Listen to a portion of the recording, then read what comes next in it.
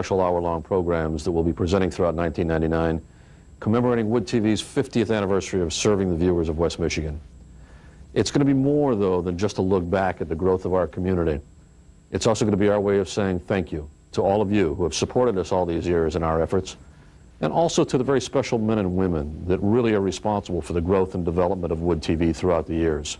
It's through their efforts that we've been able to keep this station running in your best interests, and based upon what they've done, it's the foundation for what we are today.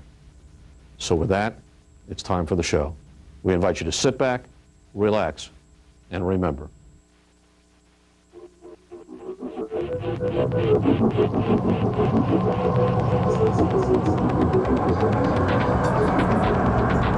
Since its beginnings, television has touched our lives in so many ways. It continues to entertain and inform us, amaze us, and open windows to the world. WOODTV 8 has been a part of this heritage and this community for 50 years, bringing you the best news coverage and finest programs in West Michigan. Now is our chance to celebrate. WOODTV 8 and you, 50 years together. Hello, everyone. I'm Suzanne Jihop. And I'm Tom Van Howe. For the next hour, we're going to give you a look back at the last 50 years of TV through the eyes of our community and our cameras. We are surrounded by vintage television equipment and memorabilia representing over 5 decades of television history that started back in 1949. That was the year the TV station that would eventually be called WOODTV actually took to the airwaves. WLAV, as it was called way back then, began broadcasting a test pattern on August 14. While considered by many to be a novelty, just a fad that wouldn't last, people in West Michigan quickly warmed to the idea, and soon a host of entertainers found themselves a regular part of many people's lives. It's so nice to have a man around the house. What a year 1949 was. The war was over, jubilant GIs were still coming home, and the nation was in a positive, nothing can stop us now mood. A young naval lieutenant remembers the mood of both the country and West Michigan. After 4 years in the Navy in World War II, coming back to Grand Rapids to begin a new life, that was a great, great thrill.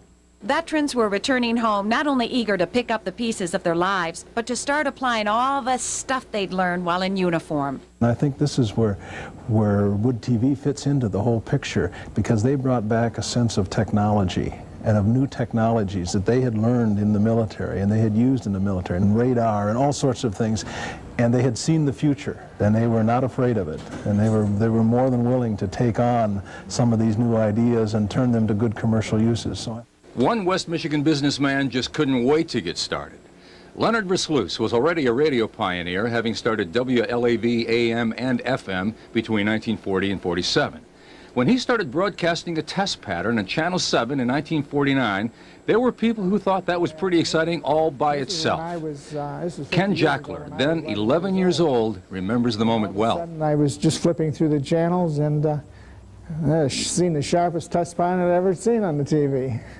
And it was about a month before WLAVT actually came on the air, but they were testing out their equipment, and it was an exciting moment for me. By today's standards, watching a test pattern would be like watching paint dry. But 50 years ago, it was a big deal. After all, radio with pictures, as television was called, was completely new. Even the people who were sending the signal were amazed by the idea of pictures traveling through the air. It was just tremendously exciting because it was so new. You know, people were, like I say, everyone in the city. It was kind of a citywide celebration. 50 years ago, Joanne worked as a continuity writer for WLAV AM and FM, but she, along with just about everyone else who worked in radio back then, was recruited to help out. And help out they did. They all pitched in to stage WLAV-TV's gala debut, live from the Midtown Theater in downtown Grand Rapids. It was Saturday, August 15th, and everyone who was anyone was invited. Those lucky enough to land an invitation were inside the theater. In the lobby, the overflow crowd watched what was going on TVs. And because so few actually owned a TV in 1949, lots of others hit the sidewalk in front of Herpolsheimer's department store to watch the show in the store's windows. Today, a few photographs and this promotional booklet are the only records we have of that historic moment, along, of course, with fond memories of those who were there. And afterwards, I was walking down Division Avenue with some of the engineers from GE. And I remember we decided to just kind of take a break, and we were just kind of sitting on the curb. I was young then, you got to remember, very young. And I think it was a policeman came along. I don't know what we were doing, loitering in the middle of the street in the middle of the night. I says, "Officer, we just put television on the air in Grand Rapids." And I don't think he believed us. Let's rewind to the 50s for a look at some of the early shows on WLAV-TV. Carol Duvall endeared herself to West Michigan homemakers with Chick Chat. 15 with Father, featuring Father Hugh Michael Bayan, aired Sunday afternoons. His familiar close, "God Be With You," became a benediction for people of all faiths. God be with you. Romper Room was a big hit with the very young, and while just about every station in the country aired Romper Room, each station hired its own teacher to host the show. In West Michigan, Miss Jean taught children how to be good doobies. For all my good Romper Room doobies. In those early days, TV stations had little to choose from and ran only a few programs. And most of those came via microwave from the networks located in Chicago or New York. Among them were Arthur Godfrey and Friends, Perry Como's Supper Club. Kukla, Fran, and Ollie was an original must-see TV program. I'm going to write a song called "He Grows Skidunka, He Grows Skidunka." Dragon Love Song. And the guy who created the show and brought the puppets to life was Burr Tillstrom. Burr lived in Chicago, where the show originated, but spent his summers in Saugatuck. Just a couple of years after the station signed on as WLAV, it got bought by a radio station called WOOD, and the rest is history. I remember very well the night that we pulled the switch, so to speak, and went live. Rosemary Grenage was an employee of Wood Radio when the company added television to the business. The most amateurish thing, looking back on it, that you could possibly think of. Nothing but a bunch of lights had been gathered, and they were bright and they glared, and there was a lineup of those who were going to be on TV or had been on radio. The mayor and some local dignitaries, and it was a big deal. One of the featured performers, a young singing cowboy named Ray Overholt. Leaning on the old top rail in the big corral. He hosted Ray's Roundup on Saturday nights for 2 years. Now, Ray may have been the first singing cowboy at the station, but he wasn't to be the last, not by a long shot. Well, howdy, buckaroo! From his debut in 1955, Buck Berry was an immediate hit with kids all over West Michigan. He was our very own superstar. On the Buckaroo Rodeo, there were games to play, songs to sing, and for those lucky, lucky kids, a chance to meet Buck Berry in person. I remember those tassels on that shirt. Thought all cowboys wore that. Hi, Buck. Hey, I remember. When he was a boy, Rob Newton dreamed of being a cowboy. Being on Buck's show was the closest he ever got to living that dream. I was very excited. This is the big time. For me, I was the star of the show. Even though I was just one of the many kids sitting up there in the gallery, but it was a big, big deal to me. Ladies and gentlemen, our national anthem. But this simple children's show perhaps served a higher purpose than mere entertainment at the time. In the 50s, segregation, not integration, was the rule. But on Buck Berry's program, all the children, regardless of skin color, were his little buckaroos. It had to be one of the earlier shows where, I'm going to say it, where you actually saw a mixed group of kids on the show at the same time. And maybe that was one of the reasons I liked it so much, because I felt I was included. It was a part of something, and that was special. For his time and for the things that he did, he was perfect. Willard Schrader was the station manager at WOODTV for more than 25 years. He still lives in Grand Rapids, but calls California home during the winter. He's the man who hired Buck Berry and still remembers the cowboy's sincere love of children. He was a kind of I say, a kindergarten or first grade teacher who had as the objective making better people out of those children than they would normally be. It was a very, very rare kind of gift that the man had. I don't think he realized it himself. But and it wouldn't, as I say, it wouldn't go today. But in its time, it was good. It was good. So long now, buckaroos. So long now. So long.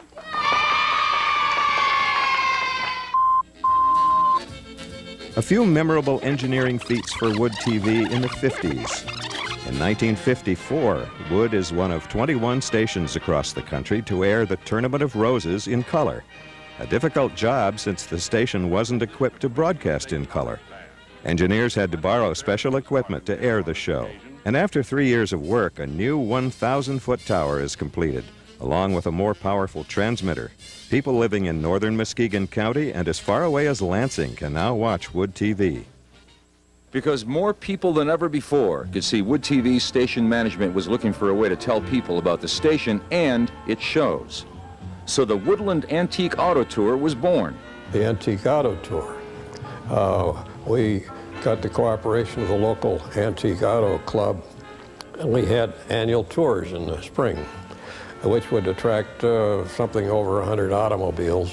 And we toured to Battle Creek, to Kalamazoo, to Muskegon, to Holland, so forth and so on, to enlist interest in tuning to Channel 8 out of Grand Rapids. Schrader also decided the station needed a mascot, and so Willie Wood was born. The woodpecker would soon come to represent Wood TV both on and off the air, a symbol that's still recognized after all these years. When Willie Wood first debuted in 1951, he was the mascot for both the TV station and the radio station. And besides promoting the stations, Willie popped up in all kinds of places. And he underwent a number of facelifts over the years as well, before stepping down into forced retirement in the 1970s because he didn't want to go. And it's no mistake, Willie looks a lot like that animated character, Woody Woodpecker. In fact, station management wrote to Walter Lantz, the creator of Woody Woodpecker, asking to use the bird as a mascot for the stations. Well, Lantz turned them down, so Willie Wood was created.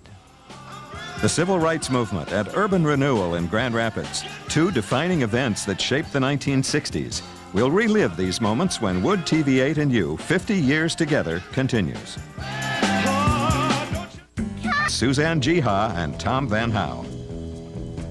The decade of the 60s was an exciting, dramatic, and turbulent time for this country, as well as here in West Michigan. The Civil Rights Movement, the Vietnam War, the assassinations of President Kennedy and Martin Luther King. Powerful events that shaped millions of lives for generations to come. While people in West Michigan were watching these events unfold on Wood TV, there were other situations in our own backyards that really became turning points in our lives. West Michigan had its own struggle with civil rights, deadly storms that swept through the area, and a process called urban renewal. These were major events that were covered by Wood TV during the 60s.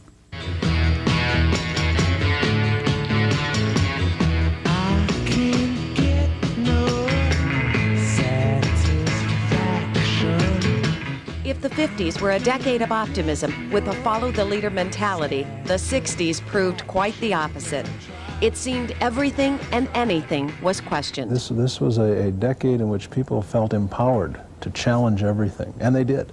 The march was on for civil rights. In the South, sit-ins led to the desegregation of lunch counters, and Martin Luther King Jr. would deliver his I Have a Dream speech. Yet few realized the importance of many of these events.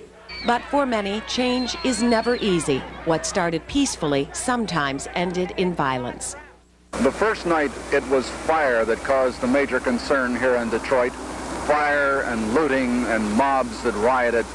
But last night, the snipers took over. And closer to home, confrontations between demonstrators and Grand Rapids police lasted for 3 days. I don't think anybody rioted purposely. But every time they had a riot, people began to pay attention. We had all of our windows of our call office broken in, rocks thrown through them, every one of them destroyed. And through the riots and demonstrations and marches, television played a pivotal role, flooding our homes with images and sound and emotions. People saw it for the first time. Television did that. There's a lot of difference between a still picture of that and a written story, and seeing the real thing, seeing it play out on your screen, seeing the confrontations occur. And that's what happened for the first time in the 1960s, and it definitely changed this country. And it's time to look back at some of the early programs and events of the 60s. The 10 O'Clock Scholar gave people in West Michigan a voice on a wide variety of topics. WOODTV's Special Projects Unit aired Crisis in the Classroom, an in-depth look at how public schools are funded. Buck Barry gets his day in Grand Rapids. Mayor Stanley J. Davis proclaimed Saturday, October 19th as Buck Barry Day to honor the entertainer who has given so much to the community for the past 10 years. And WOODTV broadcast the first election coverage live in 1962.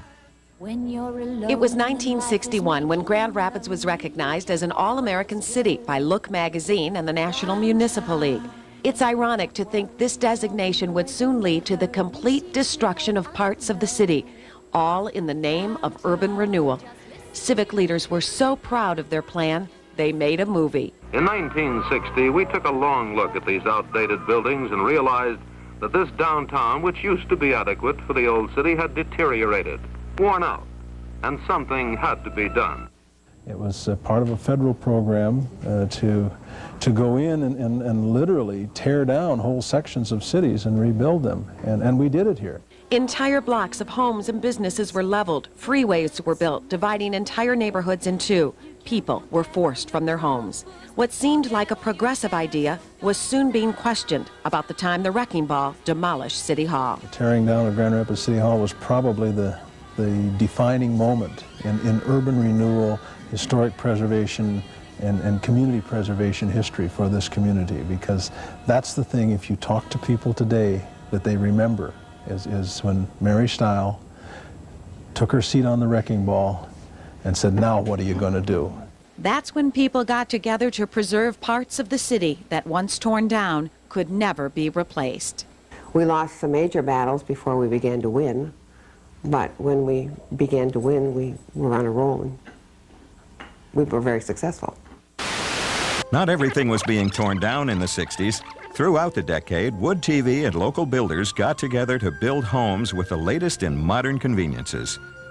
West Michigan is shocked and saddened by the death of Grand Rapids native Roger B. Chaffee.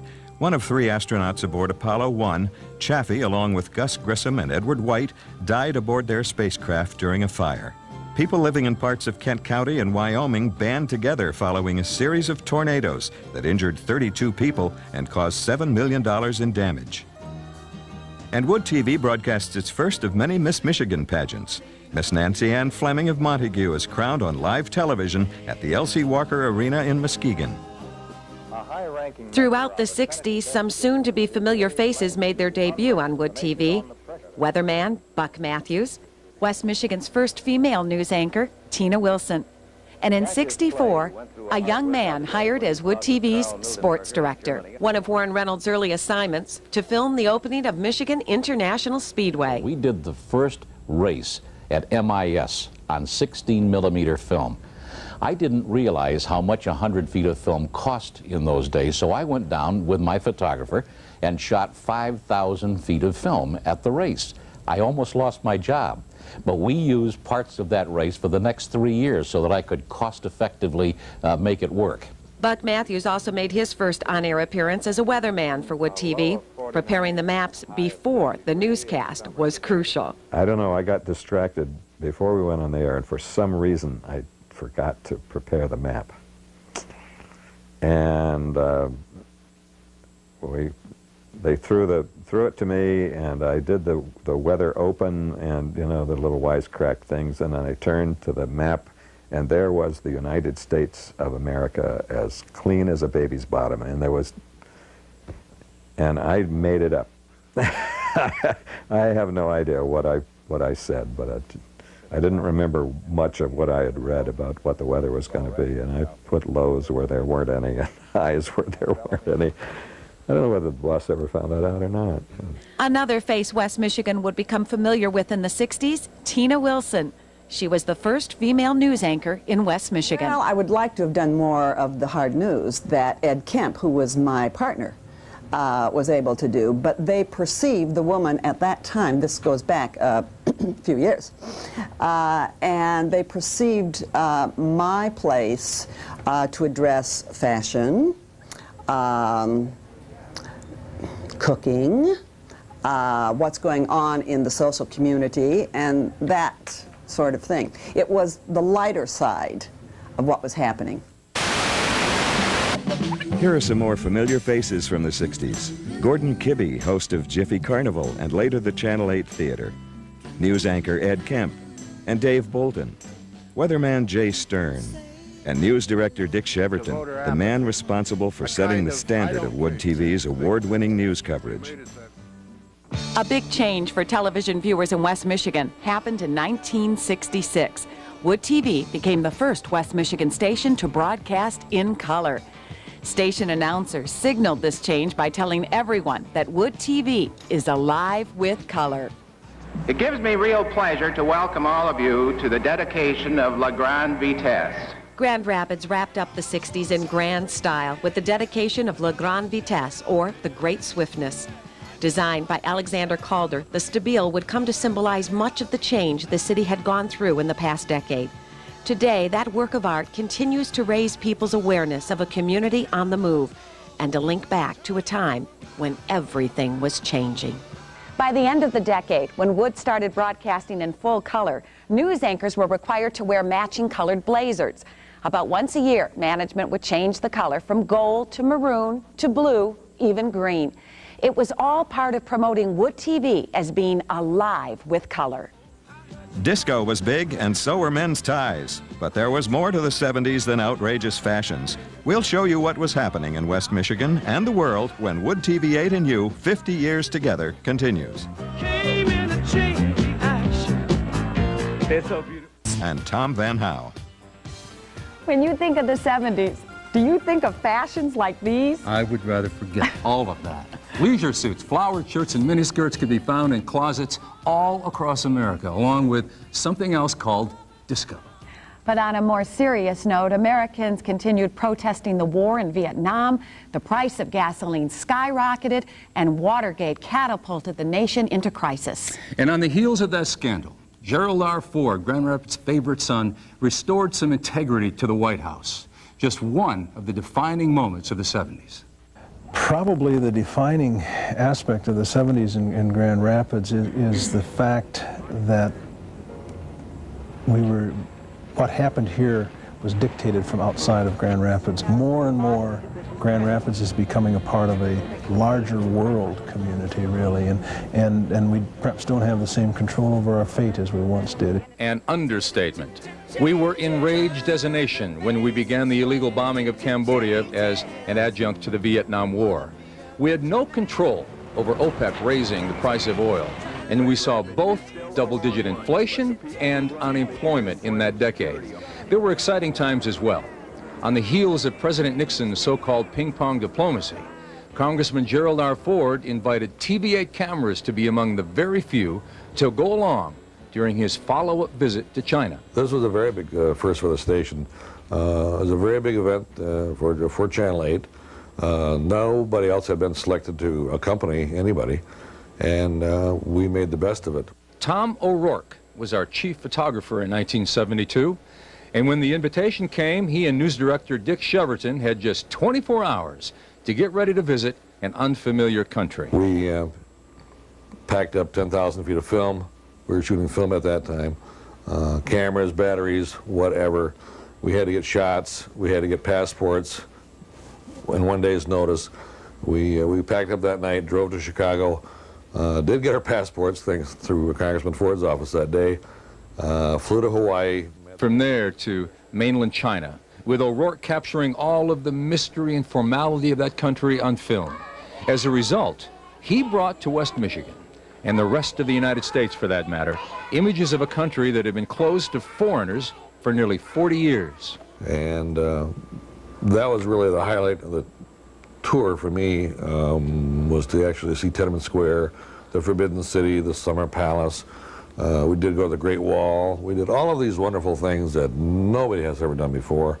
And it's commonplace now to go on tours to those areas, but at that time, this is the first time anybody had ever seen this, any Americans anyway. And then we recorded all those images and brought them back, and it was amazing. Some other important events in the early 70s. Festival 70, the first annual citywide celebration of the arts, attracts nearly 7,000 people to the Vandenberg Center. Wood TV and Wood Radio separate following a federal communications ruling that forbids radio and television stations to be owned by the same company. For the people of West Michigan, it means Wood TV is now WOTV. By the time the 70s arrived, there was a mutual hunger for locally produced programs that could reach out in a personal way to West Michigan. And one of the earliest was called About Being Black. Mr. Brown, could you give us a brief background or history of the Comprehensive Manpower Program? Well, comprehensive. That was the basic, that the black person could actually be on the air with a show about them. And it became a source of pride. And it also, I think, let the white community know that there were African Americans in Grand Rapids who were positive thinking, who were motivated to succeed, and who had success in life. If all you see on TV and you're white is black people in handcuffs in those orange uniforms that the county jail gives you, then that's the view that you're going to take with you. It's a stereotype thing. So we hope that we exploded some stereotypes and let people know that there were positive blacks and role models that everybody could be proud of. By 1970, the station completed its search for a new children's show, and suddenly there was Captain Woody and his sidekick, Sidney the Sea Serpent, sailing their way into living rooms all over West Michigan. And Rent, who still looks like he's 25, played the captain, and Dick Tillstrom was Sidney. When the show was being created, we were searching for what type of character to have, what was lovable, what was cute, and what would children react to well, and an old sea captain, and then we wanted a sidekick, and rather than a human sidekick, we started looking for a character, and Sidney evolved, and we created the name and had Sidney built, made, born. Each and every day, the gallant duo would sail off on their adventures, which often brought them face to face with their nemesis, Barnaby Bilgewater. Along the way, they ran cartoons, they played games, gave away prizes, and they did all of it live without benefit of a script.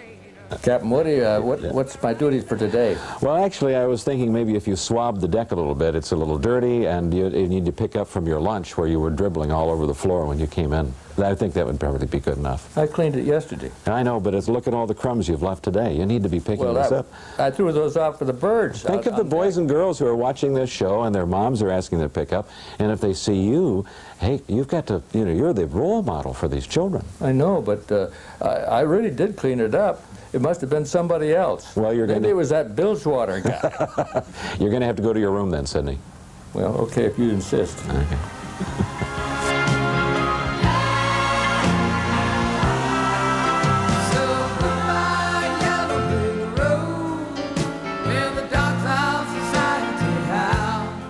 Because people have got to know whether or not their president is a crook. Well, I'm not a crook. But as it turned out, he was. And his impassioned plea to the nation did nothing to slow down that thing called Watergate. Vice President Spiro Agnew had his own troubles and wound up resigning in disgrace after pleading no contest to charges of accepting bribes while he was governor of Maryland. But that opened the door for House Minority Whip Gerald Ford, who became Nixon's new vice president, and just in time as well. A year later, the national political nightmare ended when Nixon resigned, and Ford ascended to the presidency. President, are you prepared to take the oath of office as President of the United States? I am. That smooth transfer of power sent an important message to the nation and the world that not only could we survive a crisis like that, we could do it with dignity. City historian Gordon Olson. Ford really built on that message by the way he took control of the country and the way he governed, which was a very, very steady, certainly not flamboyant manner, but then no one has ever accused him of being a flamboyant person. But it was the right kind of person at that moment. We didn't need a flamboyant figure. We needed a calm, steady hand, and he provided that. President Ford made several trips home to West Michigan in the 70s. He's greeted by thousands of well-wishers during an evening rally at Calder Plaza. And local preservationists select the house on Union Avenue to be preserved as Ford's childhood home. And WOTV becomes the first station to operate electronic news gathering equipment using videotape. It's a faster way of getting the news on the air. Recognize that voice? Well, we can't leave the 70s without deference to the man called Mr. Grand Rapids. Buck Matthews wore two hats at the station. He was a weatherman and a popular host of a morning talk show. A smooth and delightful combination of entertainment and discussion, the program was called, simply, The Buck Matthews Show. I think the thing I remember most about those days when we were producing my show was the sense of wonder I had at being that privileged to be able to do that. You know, sometimes I would stand in the dark in a corner of the studio while some really incredibly talented person was performing on the show and just think to myself how it's something that I might have dreamt of doing as a kid but never really believed could come to pass. But it did come to pass, and West Michigan is the better for it. We told you that WOODTV was the first to use ENG, or electronic news gathering equipment. For the photographers who use this gear, it was a big change and not altogether to their liking, because they went from small handheld cameras like this to bulky video gear like this early RCA camera. Total weight, with the camera, the recorder, and the battery belt, about 40 pounds. Grand Rapids and WOODTV 8 celebrate a number of firsts, including the dedication of a new museum. We'll look back at some of the exciting events of the 80s as WOODTV 8 and you, 50 years together, continues. The 80s were a great decade for WOODTV 8. We celebrated a number of firsts. The first to bring you news live as it was happening. The first to use a helicopter, Chopper 8, to give you a whole new view of the news. Our commitment to the community continued too. WOODTV was there to celebrate what's become an annual event, Celebration on the Grand, and we brought you live coverage of the dedication of the Ford Museum. Get ready, because we're going to take a look back at the 80s.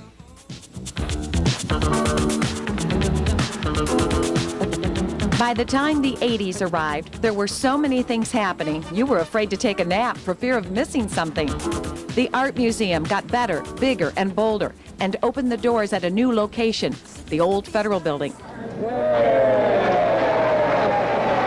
Amway broke into the hotel business in dramatic fashion. After renovating the old Pantland Hotel and building a glass tower behind it, Richard DeVos and Jay Van Andel opened the Amway Grand Hotel. It still has one of the most beautiful lobbies of any hotel anywhere. And all of this happened in conjunction with the dedication and opening of the Ford Museum. This building is made of steel and concrete, but this moment is made of love. It was a time that the Grand Rapidians who were here won't soon forget, because in addition to President Ford coming back, there were leaders from around the world who had come to share with him the honor of having the museum opened. In September, we gathered on the banks of the Grand to commemorate the rebirth of downtown. It was the second year of the popular Celebration on the Grand, with thousands enjoying live music and great food. And we were able to bring you the celebration live thanks to new electronic equipment, allowing us to broadcast from locations all over West Michigan. WOTV was the first station to use this new gear, allowing us to bring the news to you as it was happening.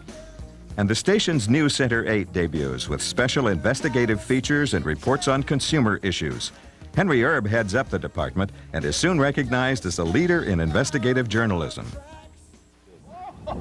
But our coverage of West Michigan wasn't all hard news. We also found time to travel and visit with hundreds of people all over the state. On the Michigan Road with Dick Evans soon became one of the most popular parts of our newscast. This is Buffy, and Tony Barrett of Lansing assured me it sipped Coke through a straw. We had fun. This guy was one of your best friends. Queen of Sheba. It's the feeling that he puts in a person when you meet them. And once you've met them, you will never, ever forget them. Another part of Dick's charm, taking the viewer places that most of us would never dream of going. His trip to the top of the Mackinac Bridge is one example. Years before 1957, when this bridge, I'm scared to death. A canoe trip on a frozen river, another. George remembers what happened when he climbed out of the canoe to capture a picture of Dick paddling by. And of course you hear this guy just gasping, and I'm on the other side, still rolling and waiting till I got my shot completed. And then I'm like, "Are you okay, Dick?" "Oh, I'm okay, I'm okay. Can you get the stuff? It's floating down the river." Well, by this time, I mean, that was the end of that day. I'm Dick Evans on Michigan Road. In the 80s, if you looked up into the skies over West Michigan, you might have seen this bright yellow helicopter flying overhead. We introduced Chopper 8 in '83, another tool to help us gather the news. 5 dams fail as West Michigan rivers swell to record heights following 3 days of nonstop rain. And Grand Valley State University opens its new $28 million Eberhard Center in downtown Grand Rapids. Finally, a look at the 80s would not be complete without a look back at the fall of the Berlin Wall. As the wall came down, it reunited a city, marked the end of communism, and helped restore this country's confidence in democracy. If there's anything that will establish a national self-confidence, it is to have the single greatest identified enemy cease to exist. A piece of that wall, a part of history, stands outside the Ford Museum as a reminder to us all of how precious freedom is. One of the highlights of the 80s, WOODTV's 35 years of broadcasting excellence. The mayor of Grand Rapids proclaimed September 19th, 1984 in the station's honor, the only television station in West Michigan to receive such a distinguished proclamation.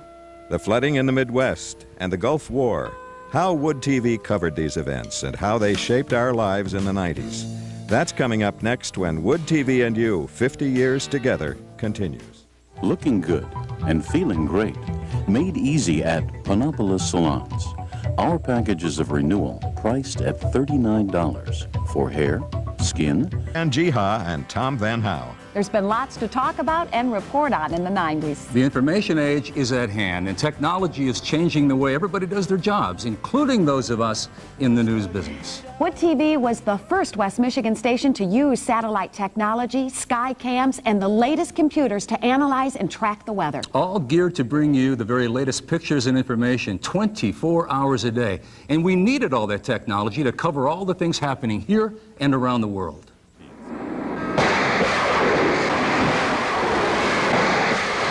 The 90s opened with a bang as the Allies started Desert Storm by bombing Baghdad. U.S. troops once again risking their lives in a foreign country. But this war was different, at least for those of us at home. We were able to watch it almost eerily unfold live thanks to satellite technology. After all, who can forget the night bombing of Baghdad? But the war came crashing into our own part of the world when a former Creston High School graduate was captured by the Iraqis. U.S. military officials reported Melissa Rathbun Neely of Newaygo missing in action in the Saudi Arabian desert. The Army specialist was the first female prisoner of war. Her parents, all of West Michigan, and the rest of the country for that matter, waited nearly 2 months for her safe release. The bombing of the Federal Building in Oklahoma and the severe flooding of the Midwest. Major stories covered live by 24-hour News 8. The ease in which we bring you these stories, moment by moment, has literally changed the way most of us view television news. News is happening for us a lot more often, and it's happening faster. So it's required some changes on our part. We have to be able to cover a story as it evolves rather than get the information kind of in one complete report and then put it on the air. We're covering it more as it develops and evolves now, and the viewers have to change too. They have to, I think, now realize that the first story they hear about something may not be all the information that they want to know or that they need, because we just got there, we're just starting to report it. They need to stay with it and watch us as we try to develop it as it goes along. And it wasn't just news we brought into your homes. We were ringside in Atlanta during Floyd Mayweather's medal-winning fight during the Summer Olympics. And we didn't need to travel far to bring you some of the best sports anywhere. Downtown Grand Rapids was turned into a race course for the first West Michigan Grand Prix. The Whitecaps, West Michigan's entry into minor league baseball, was a huge success, as was arena football. We were the official television station of the senior PGA Golf Classic at Egypt Valley. And the Grand Rapids Griffins and the Grand Rapids Hoops skated and bounced their way into the new arena, part of the rebirth of downtown. In fact, the 90s were jam-packed with new places for families to visit, like the Frederick Meyer Gardens and the Benandel Public Museum. I remember opening day because I was working. I was what we call the officer of the day. That was the day when, if things were going to go wrong, they could and often did. But we got through it, and here we are 4 years later, and everything seems to work. And finally, a bit of deja vu, as 15 years later, a new, improved Ford Museum is dedicated. The rebirth of this institution is a metaphor for the rebirth of Grand Rapids. I mean, this is an extraordinarily vital, vibrant community, and the last few years have seen the beginnings and the expansions and the renovations and the redefinitions of all kinds of institutions. And in some ways, this was the institution that began the whole process of downtown renewal back in the late 70s, early 80s. So it's only appropriate that we were in the vanguard of more modern changes. Through the years, WOODTV has been a leader in using new technology to bring you the news. And the way we do it in the 90s has been influenced by the changing technology. A good example is the internet. You can go online for news, weather, and information on our website, woodtv.com. It's also an opportunity to express your views on our bulletin boards on issues affecting you and your family. The first high-definition TV broadcast in West Michigan, and a new exhibit at the Public Museum highlighting WOODTV's 50 years in West Michigan. 2 ways you can join our celebration. We'll tell you more when WOODTV and you, 50 years together, returns. This look at the history of West Michigan, as seen through the eyes of WOODTV, will continue straight on through the year. Every day, we're sharing with you moments from West Michigan's past, and there's much more to come. In June, for example, we'll be taking a closer look at how new technology is changing the way we watch and cover news, weather, and sports. Then, in August, a really big deal. On the anniversary of that day 50 years ago, we'll flip a switch and become the first and only station in West Michigan to broadcast in high-definition TV. And we'll mark the moment with a live 1-hour special from the Benandel Museum Center, which is also the home of our new exhibit called 50 Years Together, West Michigan and WOODTV 8. And that'll be quite something in its own right, with a feast of images and memories of our communities. A lot of educational and historical information and entertainment, you know, just things that you might have heard about if you weren't, you know, old enough to have witnessed it or to, you know, have been there when it happened. You'll get glimpses of it. It promises to be a great year for WOODTV 8 and West Michigan. And we're so excited to share all this with you. Stay there, and we'll have some final words when we come back.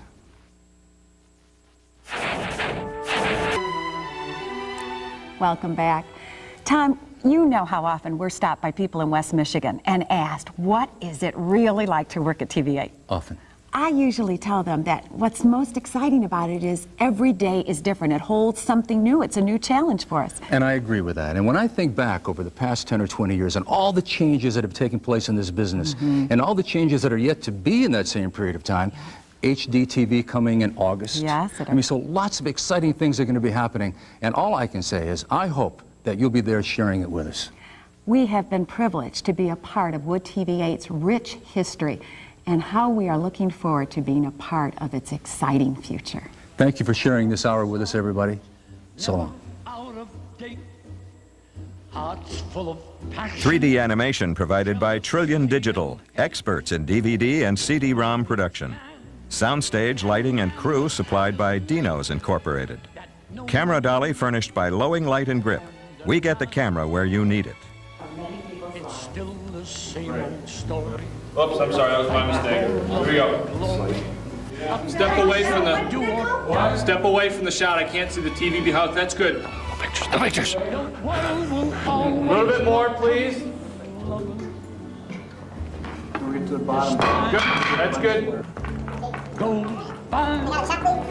For the next hour, we're going to give you a look back at the last 50 years through the eyes of the community and our cameras as we back up and start over. God, would you at least get my good side? 340. Thank you. Back off, center your shot, and move your marks a little bit to your left. The world will always welcome. For all your efforts? We're done. As time goes